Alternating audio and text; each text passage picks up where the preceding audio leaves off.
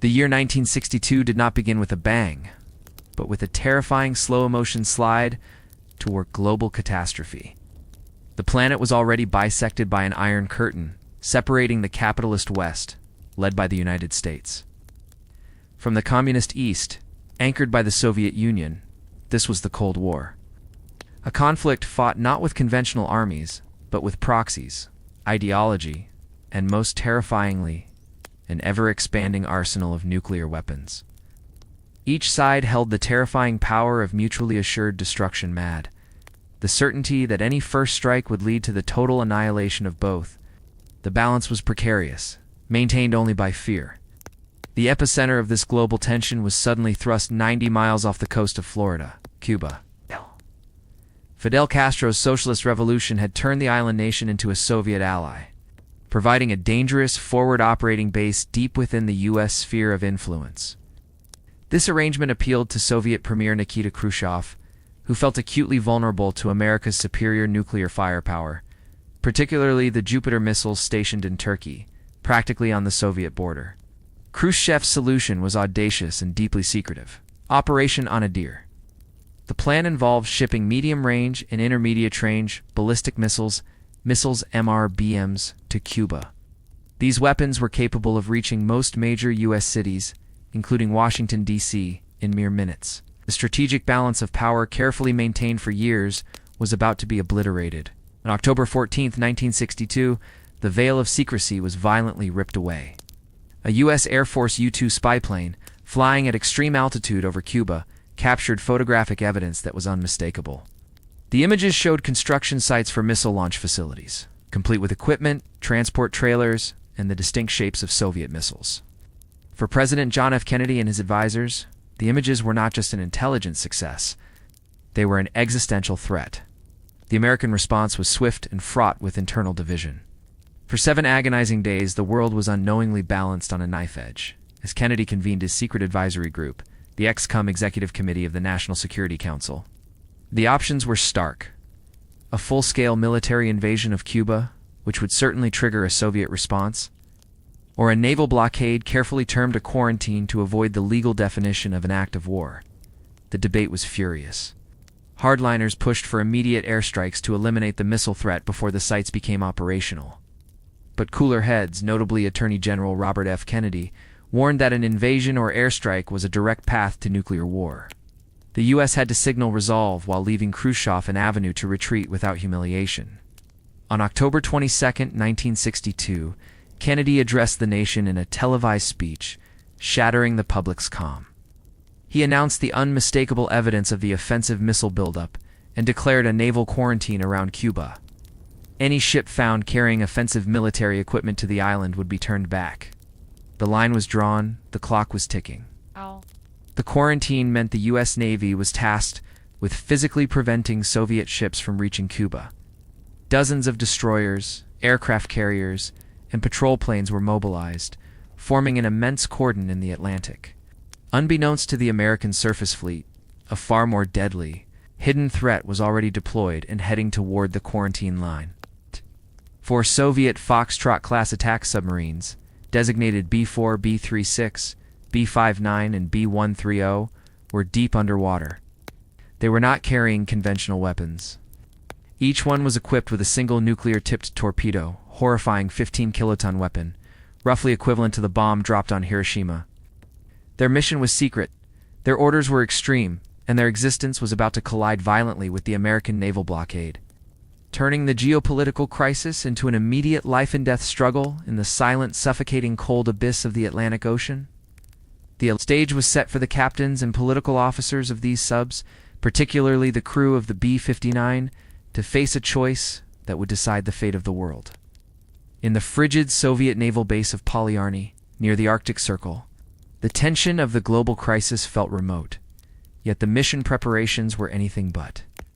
As President Kennedy announced the naval quarantine in October 1962, 4 submarines of the Soviet Northern Fleet, the B-4, B-36, B-59, and B-130, were already underway. Their destination, Cuba. Their mission, classified under the codename Operation Anadir, the same operation that delivered the ballistic missiles by surface ship. These submarines were meant to provide protection and a silent, deadly deterrent in the Caribbean Sea.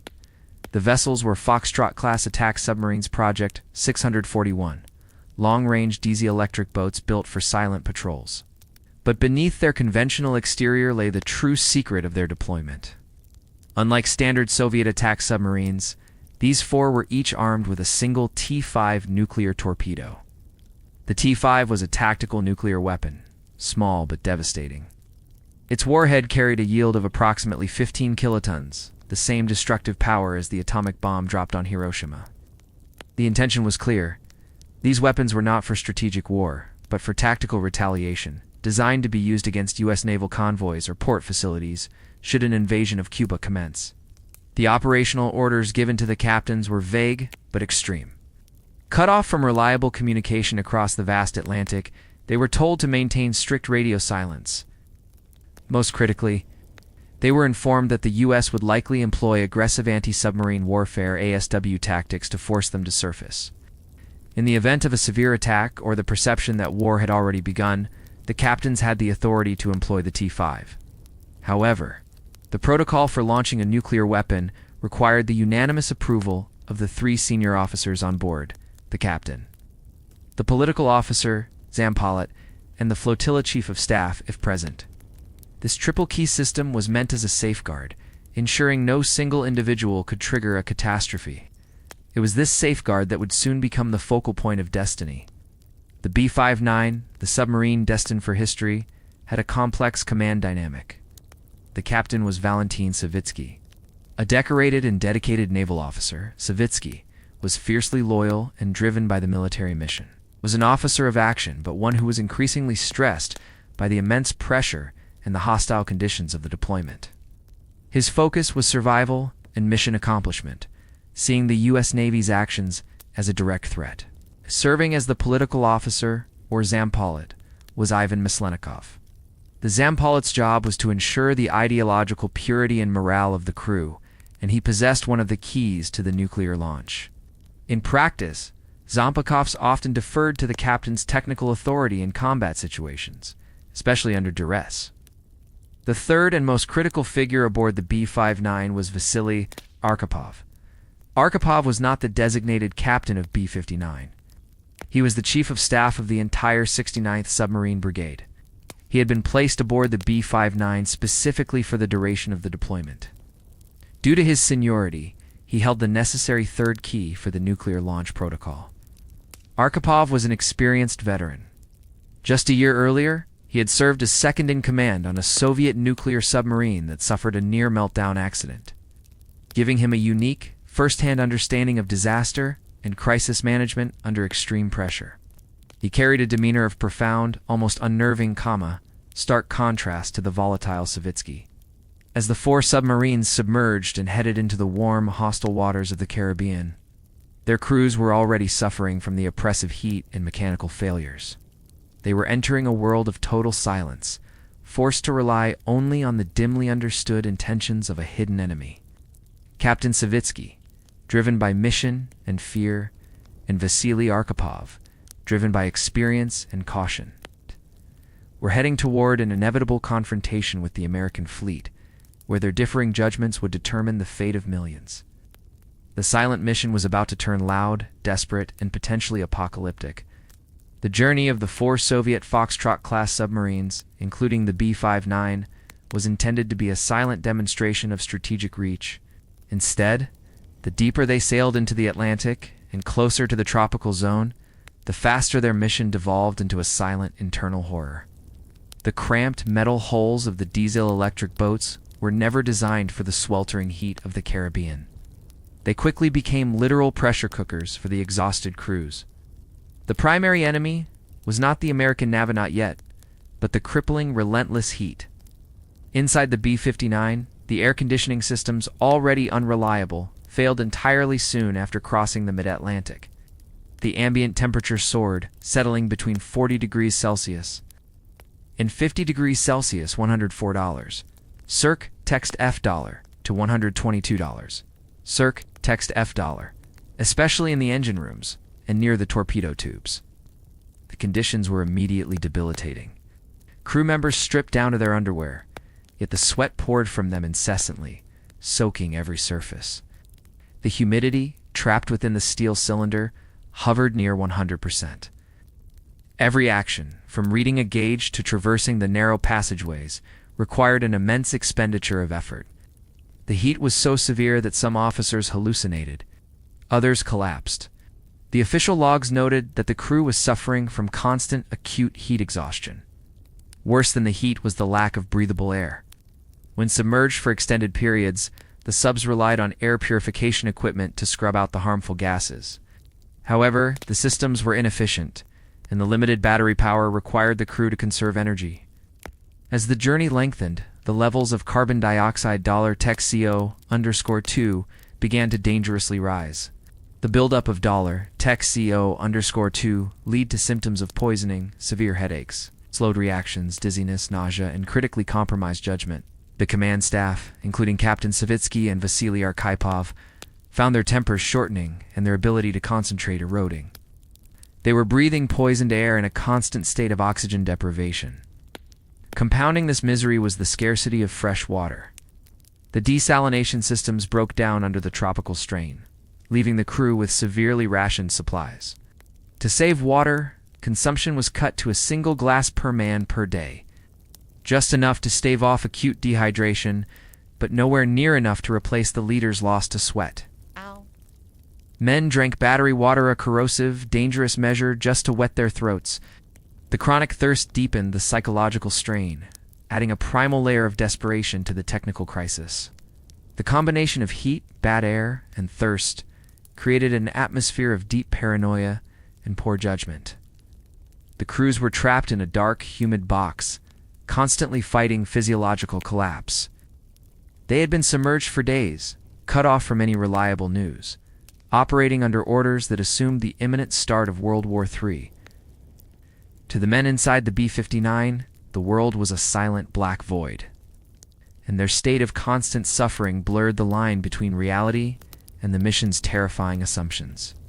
Captain Savitsky's frustration grew exponentially with the heat. His mind, clouded by $Tech CO_2, became less capable of nuanced interpretation.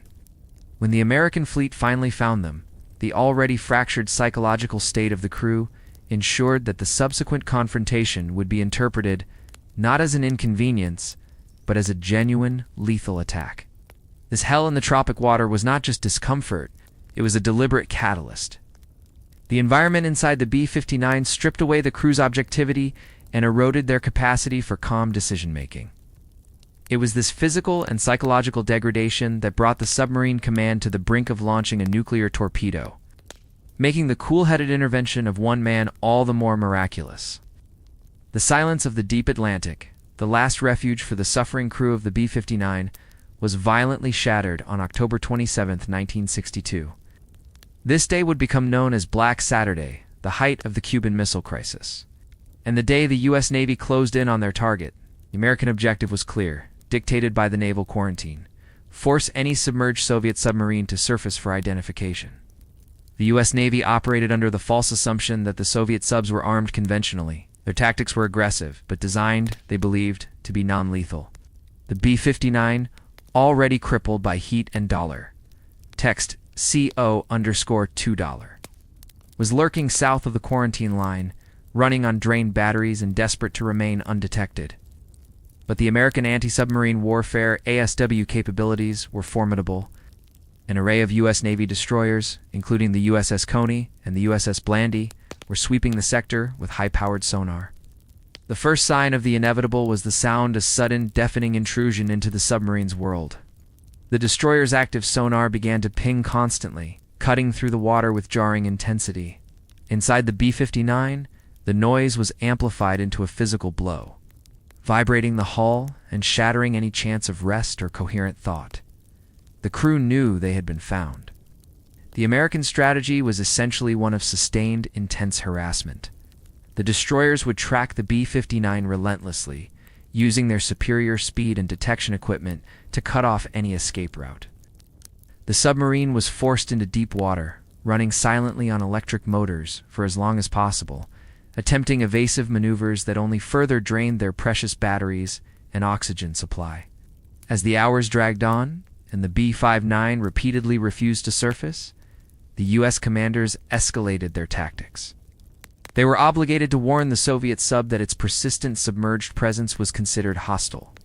The signal chosen was a series of non-lethal low-yield depth charges. These were not the destructive charges of World War II. They were small practice or signaling charges known as grenades in Soviet terminology. Their purpose was not to sink the vessel, but to detonate close enough to rattle the crew, scare them, and physically demonstrate the American ships knew their exact location, thus compelling them to surface. The first charges dropped near the B-59 were a terrifying, muffled concussion. Inside the submarine, the effect was immediate and catastrophic. The B-59 was cut off from Moscow. Its radio antenna was useless underwater. Captain Savitsky and his crew had no way of knowing these were practice charges. To the men in the claustrophobic metal tube, suffering from extreme physical and mental distress, the detonations were the clear sound of war. The explosions confirmed Captain Savitsky's worst fears. "They're attacking us," he is reported to have shouted. Under the harsh dollar text CO_2 saturated conditions, his interpretation was fatally simple. The U.S. Navy was using live ordnance, the lack of air, the stifling heat. And the pounding of the sonar and the explosions combined to erase any possibility of cool, rational analysis. The captain believed that since they were being actively bombed, the long-dreaded general war had undoubtedly begun on the surface. The practice depth charges, intended by the Americans as a signaling device, were perceived by the Soviets as a lethal escalation. This profound misunderstanding, driven by secrecy and physical agony, set the stage for the final, desperate decision. For Savitsky, the only logical response left, given his classified orders, was to use the weapon he carried. He was now operating under the terrifying yet firmly held belief that his country was at war and that the destruction of the surrounding American destroyers was his final authorized act of retaliation. The time for deliberation had arrived, and the exhausted captain had already made up his mind. The moment the practice depth charges detonated near the hull of the B-59, the meticulously planned Soviet nuclear protocol collapsed into panic and fury. Cut off from Moscow for days, suffering the physical ravages of the tropical heat and poisoned air, the command staff was in no condition to evaluate the situation calmly. For Captain Valentin Savitsky, the explosions were not signals. They were the opening salvos of World War III. The jarring concussions and the persistent, harassing sonar pings pushed Savitsky past his breaking point. The orders he carried were explicit. If the submarine was attacked, or if he was convinced that war had begun, he was authorized to use the T-5 nuclear torpedo as a tactical defensive measure. Driven by fear and extreme fatigue, Captain Savitsky roared his conviction through the cramped control room. "We're going to blast them now. We will die, but we will sink them all. We are not going to disgrace our Navy." His emotional response was immediate and absolute. He believed they were under attack by the U.S. destroyers, USS Coney and USS Blandy, and his duty, he felt, was to retaliate. He gave the order to prepare the nuclear torpedo for launch. The crew, already in a state of near mutiny due to the unbearable conditions and the perceived danger, began the grim procedure. The decision, however, was not Savitsky's alone. The Soviet naval doctrine, designed precisely to prevent an accidental nuclear war, required the unanimous agreement of 3 senior officers to arm and fire the T-5 nuclear torpedo. The 3 officers with the necessary authority and the keys to the lockboxes containing the firing mechanism were Captain Valentin Savitsky, the commander Ivan Maslenikov, the political officer, Zampolut Vasili Arkhipov, the flotilla chief of staff. Savitsky, burning with righteous anger and believing they were about to be destroyed, immediately received agreement from his political officer, Ivan Maslenikov. The Zampolut, who shared the captain's dire assessment of the situation, saw the attack as the final act of aggression by the Americans. Maslenikov quickly assented to the launch order, satisfying the first 2/3 of the protocol. The sheer stakes of the moment were unimaginable. If the B-59 had launched its 15-kiloton nuclear torpedo, the detonation would have instantly vaporized the nearby U.S. surface vessels. The response from the larger American fleet, which was not yet certain that the USSR had tactical nuclear arms in the region, would have been swift and decisive. The immediate loss of several American warships, coupled with the clear indication of a Soviet nuclear launch, would have almost certainly triggered a full-scale nuclear counterattack, escalating the crisis beyond repair. Savitsky's fury, fueled by suffering and misunderstanding, had brought the world to the very precipice of apocalypse. The fate of millions now rested on the descent of the third man, Vasili Arkhipov, serving as the chief of staff, possessed the third and final key.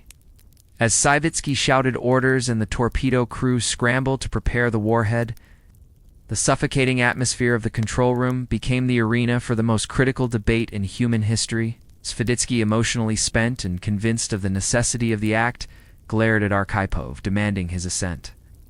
But in the midst of the chaos and fury, the veteran chief of staff remained profoundly calm, refusing to accept the captain's interpretation of events. The breakdown of command, Savitsky's fury meeting, Arkhipov's calm, created the one necessary obstacle to global destruction.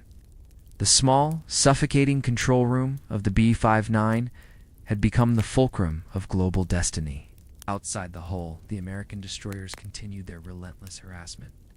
The sonar pinging with an infuriating rhythm, and the non-lethal signaling depth charges detonating with terrifying concussions. Inside, the three men whose combined authority held the power of nuclear launch were locked in a desperate, historic disagreement. Captain Valentin Savitsky was operating under the profound and terrifying conviction that the Cold War had gone hot. He believed the attack on his submarine was proof that the global nuclear exchange had already begun. The logic driven by exhaustion, oxygen deprivation, and the clear evidence of explosions was simple and military. They were at war, and they must strike back. He grabbed the key to the nuclear launch mechanism and shouted his declaration, fully documented in later historical accounts. Maybe the war has already started up there. We are going to blast them now. We will die, but we will sink them all. We're not going to disgrace our navy. Savitsky was furious, panicked, and ready to sacrifice himself and his crew to ensure they did not surrender or allow their mission to fail. He had witnessed the explosions. He knew they were cut off, and he chose retaliation. He ordered the torpedo crew to arm the T-5 nuclear warhead, a process that would take precious minutes, but was irreversible once complete. The Soviet protocol demanded 3 keys to unlock and fire the nuclear torpedo. With the captain's decision made, he turned to the other senior officers. Ivan Maslenikov quickly assented. Maslenikov's role was ideological, and under the intense pressure of what appeared to be an attack, he deferred to the captain's combat assessment. He believed the U.S. aggression justified the response. Maslenikov confirmed his approval, satisfying the second requirement of the launch protocol. Now, only one veto remained, that of Vasili Arkhipov. Vasili Arkhipov was unique in his position. As the flotilla chief of staff, he had the rank and experience to overrule the submarine's captain. Crucially, he was physically and mentally more resilient than the others. His prior experience, managing a near-meltdown disaster on a nuclear submarine, gave him a chilling composure in the face of imminent catastrophe. While Savitsky was driven by raw emotion and perceived necessity, Arkhipov was driven by reason and skepticism. He focused on the type of attack they were enduring. The depth charges, while loud and frightening, were not sinking them. They were signaling charges designed to harass, not to destroy. He argued fiercely against the launch, demanding to know if Moscow had officially confirmed the start of war. When Savitsky admitted they had no confirmation, Arkhipov countered that the order specifically required official confirmation or absolute certainty of lethal attack. The argument was intensely physical, unfolding in the stifling heat. Savitsky demanded Arkhipov surrender his key. Arkhipov refused. The fate of the world hung on the outcome of a struggle over the final key in a small, stinking metal tube miles beneath the waves. Had Arkhipov agreed, the B-59 would have released its T-5, wiping out the American destroyers and initiating a guaranteed nuclear response from the U.S. against Cuba and potentially the Soviet Union itself. The resulting escalation was almost certain to lead to an exchange of intercontinental ballistic missiles. But Arkhipov held firm. He used his superior rank and calmer temperament to insist on one final, simple action before unleashing nuclear fire. The submarine must surface to verify the state of the world. He demanded confirmation, not immediate retaliation. His refusal to turn his key his single, persistent vetoes the reason the torpedo remained locked in its tube, preventing the immediate nuclear destruction of the American surface fleet and very likely saving the world from catastrophic war. In the sweltering, airless control room of the B-59T, the confrontation between Captain Savitsky and Flotilla Chief of Staff Vasili Arkhipov reached a boiling point. The air, thick with exhaled breath, sweat, and $text CO_2, crackled with near-physical violence. Savitsky, backed by political officer Maslenikov, was yelling, his voice strained by fatigue and conviction. Arkhipov, facing down his captain and the collective desperation of the crew, maintained an almost unbelievable stillness. Savitsky's conviction was based on emotion and immediate sensory input. They are bombing us. We have been attacked. War is here. He argued that their highly classified orders permitted retaliation if they believed they were under a lethal attack, and the constant explosions proved the point. His decision to arm the T-5 nuclear torpedo was already set in motion, pending the final key. Arkhipov, however, brought a chillingly logical perspective to the brinkmanship. He didn't deny the severity of the situation, but he questioned the intent of the attack. "Listen to the charges, Captain," Arkhipov countered, his voice steady despite the chaos. "They are loud, yes, but they are not effective. If the Americans wanted to sink us, they would have done so already. These are not sinking charges. These are signals.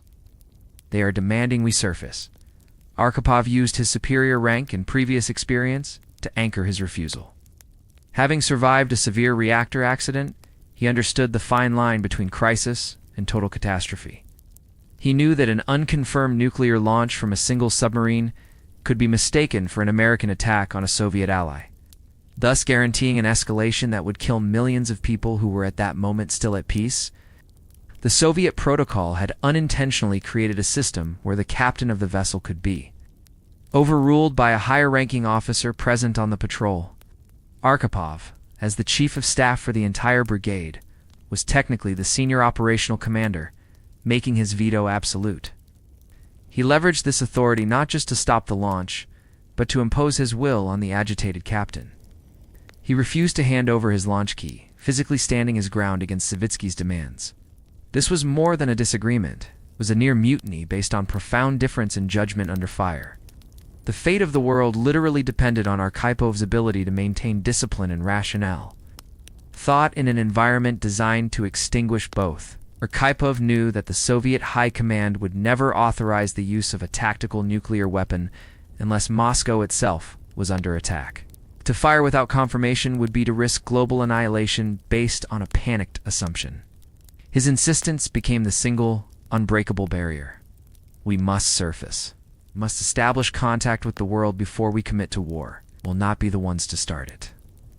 The sheer force of Arkhipov's calm, logical authority began to erode Savitsky's desperate fury.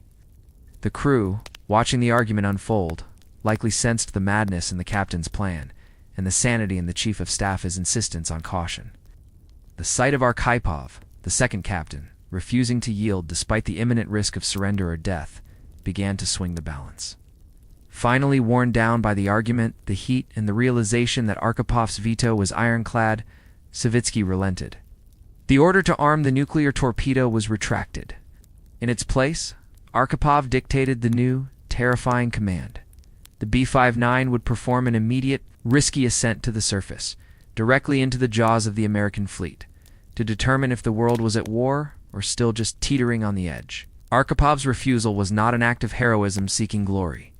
It was a profound act of bureaucratic and intellectual discipline under the most extreme pressure, proving that in a moment of existential crisis, a single calm voice of reason can outweigh the combined fear and fury of an entire command structure.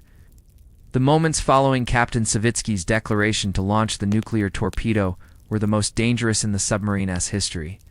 The control room of the B-59 devolved into a crucible of conflicting wills, pushing the crew toward what was, internally, a state of near mutiny. Savitsky's fury and Maslenikov's compliance were pitted directly against the cool, unyielding authority of Vasili Arkhipov.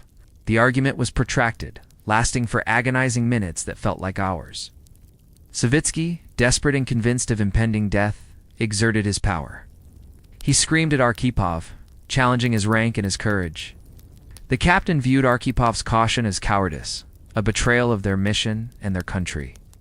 "You are going to let them kill us all," Savitsky reportedly shouted, his face slick with sweat in the stifling heat. "If we die, we take them with us. That is our duty." Arkhipov, however, remained rooted in logic, using his calm demeanor as a shield against the rising tide of hysteria. He understood that the greatest danger was not the American destroyers, but the loss of control within the command structure itself. He spoke with a quiet, measured force that cut through the captain's screaming. "Comrade Captain, your orders are conditional. We have no confirmation of war. Your perceived attack is merely a signal," Arkhipov insisted, his voice unwavering. "To fire now is to start the war, not to end it. We have the responsibility for millions of lives, not just our own." Arkhipov's strength lay in his rank. As the flotilla chief of staff, he was technically the superior officer, present only because he was overseeing the entire operation. This higher authority, coupled with his absolute control over the final launch key, meant that his veto was structurally unassailable. He refused to let the immediate, physical pain of the dollar text co-underscored a poisoning and the loud detonations dictate a decision of global consequence. He demanded clarity, not revenge. He demanded discipline, not panic.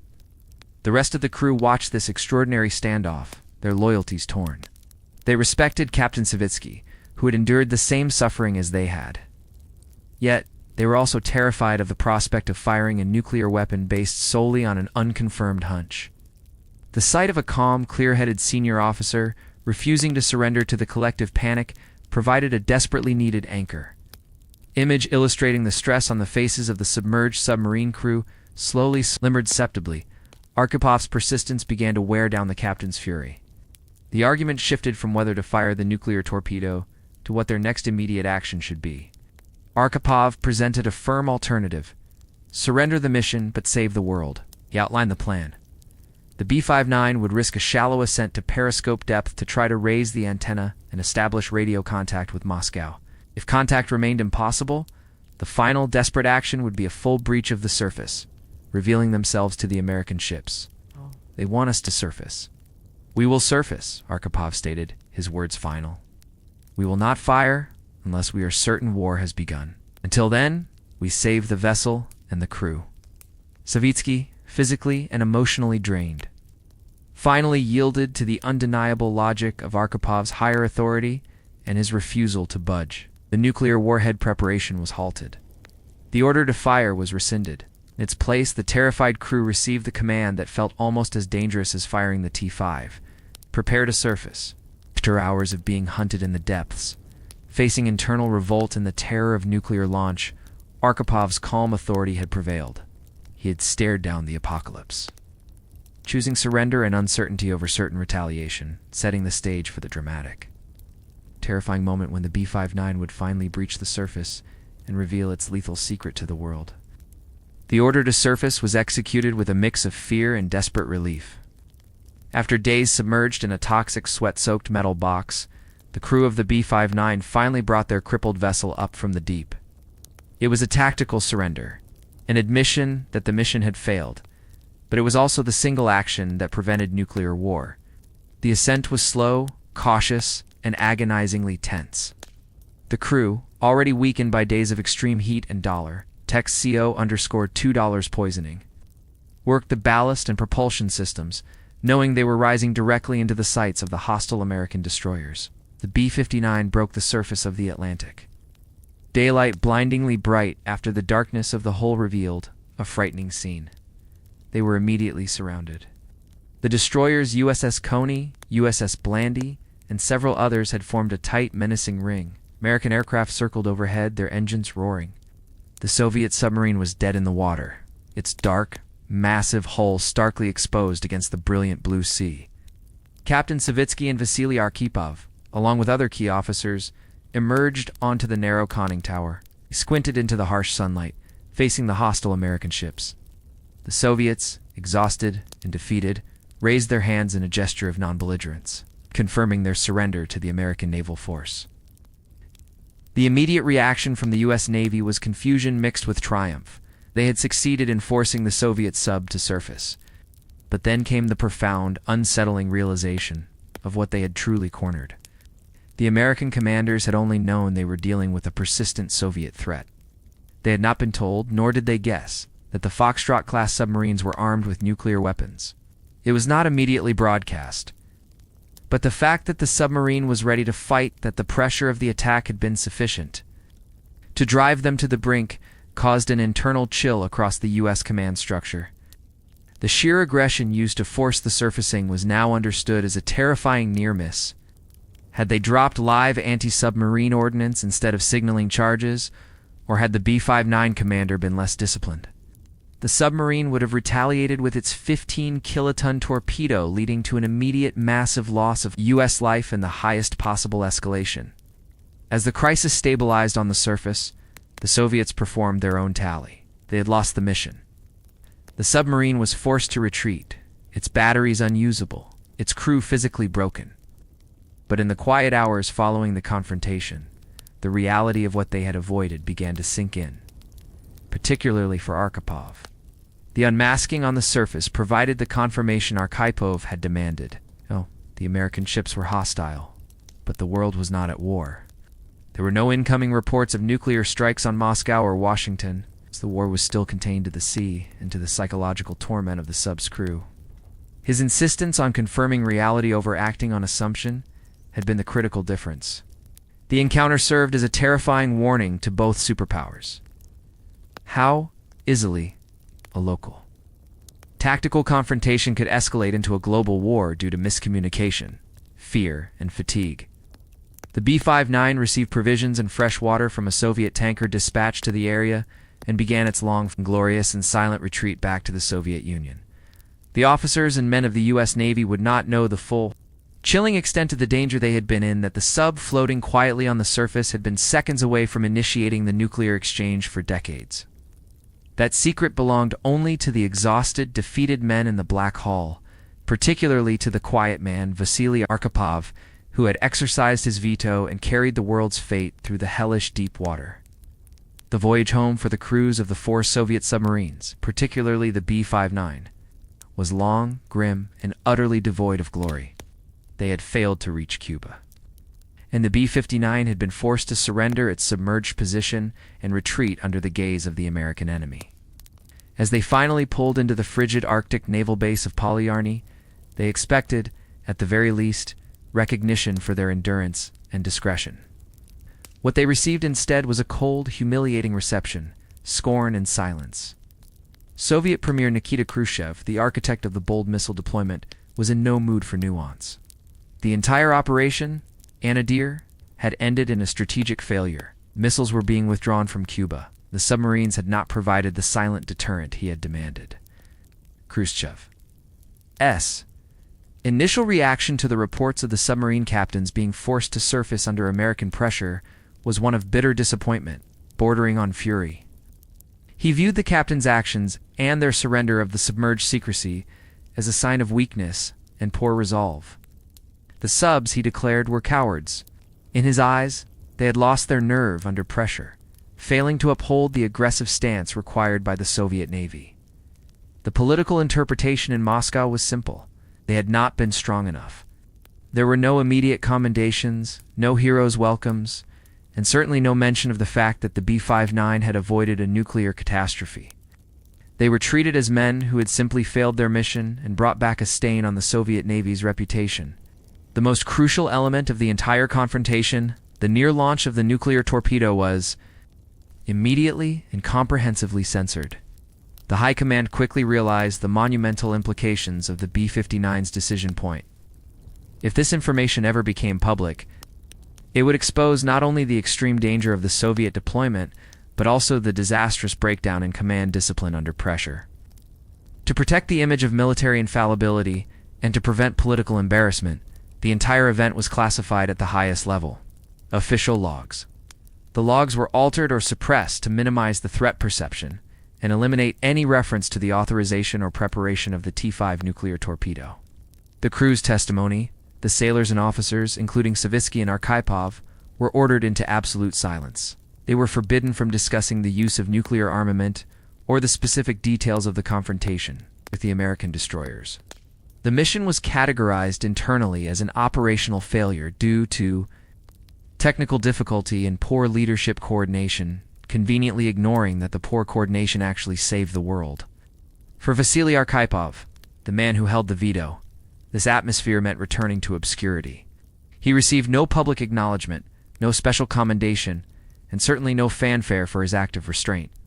He was a senior officer who had executed his duty by enforcing protocol, a story too complex and too dangerous to be celebrated by a regime obsessed with victory narratives.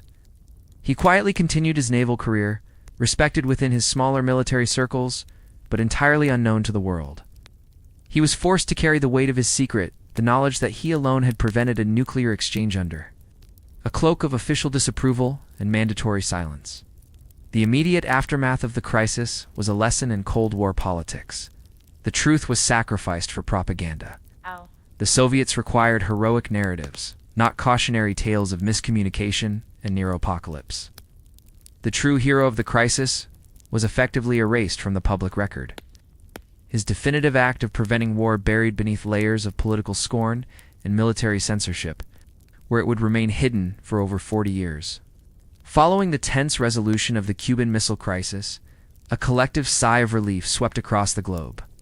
However, that relief was built upon an incomplete and censored historical record. For over 4 decades, the full, terrifying truth of the B-59 incident remained a deeply buried secret, simultaneously classified by both superpowers to preserve their respective political and military narratives. In the Soviet Union, the decision to classify the incident was straightforward, protecting the image of the military, admitting that a single submarine crew, suffering from environmental exhaustion and lack of communication, had almost initiated World War III, would have been a devastating blow to the perceived infallibility of Soviet command and control. Vasili Arkhipov, Captain Savitsky, and the entire crew were bound by strict secrecy oaths. The documentation regarding the deployment of nuclear torpedoes, the specific rules of engagement, and the internal standoff was locked away in the highest level archives. The official Soviet history of the crisis made only vague references to submarine encounters, painting the vessels as courageous patriots who endured harsh conditions, effectively erasing the fact that one of them had come within a single vote of firing a nuclear weapon. Arkhipov returned to his duties, knowing the secret, but forced to live a life of obscurity. His most important action in human history acknowledged by no one outside a handful of military elites. On the American side, the classification was different, built on ignorance rather than intentional cover-up. The U.S. Navy was unaware that the Foxtrot-class submarines were armed with nuclear weapons. They knew they had been dangerously aggressive in forcing the B-59 to surface, but they believed they were dealing with a conventional threat. Had the U.S. government revealed that their anti-submarine warfare tactics had nearly provoked a nuclear response, it would have raised uncomfortable questions about their own aggressive quarantine strategy and the risks they were willing to take. Therefore, the details of the B-59's confrontation were classified as routine operational intelligence, protecting the methods of the ASW fleet while entirely missing the catastrophic implication of the events. The official history recorded an intense conventional encounter, the possibility that the destruction of 2 U.S. destroyers and the commencement of nuclear war hinged on one. Soviet officers' veto was simply unimaginable, and thus unrecorded in the American public narrative. The decades-long silence finally broke in October 2002, 40 years after the crisis. At a major retrospective conference held in Havana, Cuba, the conference gathered surviving participants and historians from the U.S., Cuba, and Russia to declassify and discuss the true history of the crisis. The pivotal revelation came from a now-retired Soviet officer, Vadim Orlov, who had been serving on the B-59. In his testimony, Orlov disclosed the astonishing fact that the submarine had nuclear torpedoes and that the command had received authorization to fire them. He stated plainly that the explosion of the practice depth charges had been interpreted as an attack, and the launch sequence was underway. The effect on the former American officials present was profound. Among them was Robert S. McNamara, who had served as U.S. Secretary of Defense during the crisis. A visibly shaken McNamara, upon hearing Orlov's account of the near launch and Archipov's veto, turned to the Russian delegation and declared, "A moment ago, I said it was 99% probability, but this is 100%. It was an extremely close call. The truth, unearthed at last, shocked the world. It confirmed that the crisis had been closer to Armageddon than anyone in the West had ever dared to believe. The history books had to be rewritten. The true architect of humanity's survival in those critical moments was not President Kennedy or Premier Khrushchev, but a single, disciplined Soviet naval officer whose courageous act of restraint had been a secret for over 40 years. The full, chilling weight of the B-59 incident finally came to light, shining a long-overdue spotlight on the quiet hero, Vasili Arkhipov. The return to Polyarny marked the end of the crisis for the world, but the beginning of a lifetime of silence for Vasili Arkhipov. He was the man who, on October 27, 1962, had vetoed the launch of a nuclear torpedo, preventing what historical analysis confirms would have been the trigger for a catastrophic global exchange. Yet his act of immense bravery and restraint was immediately buried under the weight of Soviet military censorship and political indifference. Arkhipov returned to the routine of the Soviet Navy. He never received the commendation, the parade, or the public acknowledgement befitting a hero of his caliber. In the eyes of the High Command, he was merely an officer who followed protocol and, critically, an officer who failed to deploy a weapon when authorized. His story was too complex, too dependent on the concept of restraint for a regime that valued aggressive heroism. He continued his distinguished service, eventually being promoted to vice-admiral. He commanded submarine squadrons, served at the prestigious Kirov Naval Academy, lived a professional life that was respectable but unremarkable in the public sphere. He carried the secret of the B-59 not as a badge of honor, but as a heavy, silent burden. Arkhipov retired in the mid-1980s and settled into a quiet life in Kupovna near Moscow. He died in 1998 at the age of 72. From complications likely related to his exposure to radiation during his service on nuclear, Samarine's a silent victim of the very technology he had prevented from destroying the world. He died having never received a single word of public thanks or official recognition for his single most definitive act. It was until the details of the B-59 incident were declassified and revealed in 2002 that the world understood the profound weight of Arkhipav's decision. Historians and former U.S. officials, including Robert McNamara, realized with chilling clarity that Archipov's veto was the sole barrier between a tactical incident and strategic nuclear war. The conclusive argument rests on two factors: certainty of escalation. The detonation of a 15-kiloton nuclear torpedo would have instantly wiped out the American destroyers. This would have been interpreted by the U.S. as an unprovoked, large-scale nuclear attack on its navy. The established doctrine of massive retaliation would have demanded an immediate massive response, likely targeting Cuba and the Soviet launch sites with nuclear weapons. This sequence was almost certain to cascade into a full-scale exchange of intercontinental ballistic missiles. The veto's uniqueness. Archipov's decision was an act of pure rationality over instinct. He overrode two senior officers, one of whom was his captain, who were physically and mentally compromised by the mission's harsh conditions. He insisted on verification when everyone else demanded vengeance. Arkhipov did not possess the authority to launch a weapon, but he possessed the authority to stop one. His calm insistence on maintaining the integrity of the three-key system, despite the extreme physical and psychological duress, prevented the single event that would have turned the Cold War into its final destructive chapter. Vasili Arkhipov's life, and the story that emerged after his death, provides an enduring and terrifying lesson on the fragility of peace. The world was saved, not by diplomatic maneuvering at the highest level, not by Kennedy or Khrushchev, but by the courage of one individual operating under extreme duress deep beneath the ocean. His legacy is a stark reminder that nuclear deterrence is a razor-thin balance, capable of being shattered not by intentional malice, but by miscommunication, fatigue, and fear. His quiet heroism, the act of choosing restraint when all logic, passion, and protocol demanded immediate retaliation, serves as the ultimate cautionary tale. The survival of civilization can depend entirely on the reasoned judgment of the least known person in the chain of command. Arkhipov was the man who saved the world, living out the remainder of his days in anonymity, but whose single, silent decision ensures that billions of people are alive today.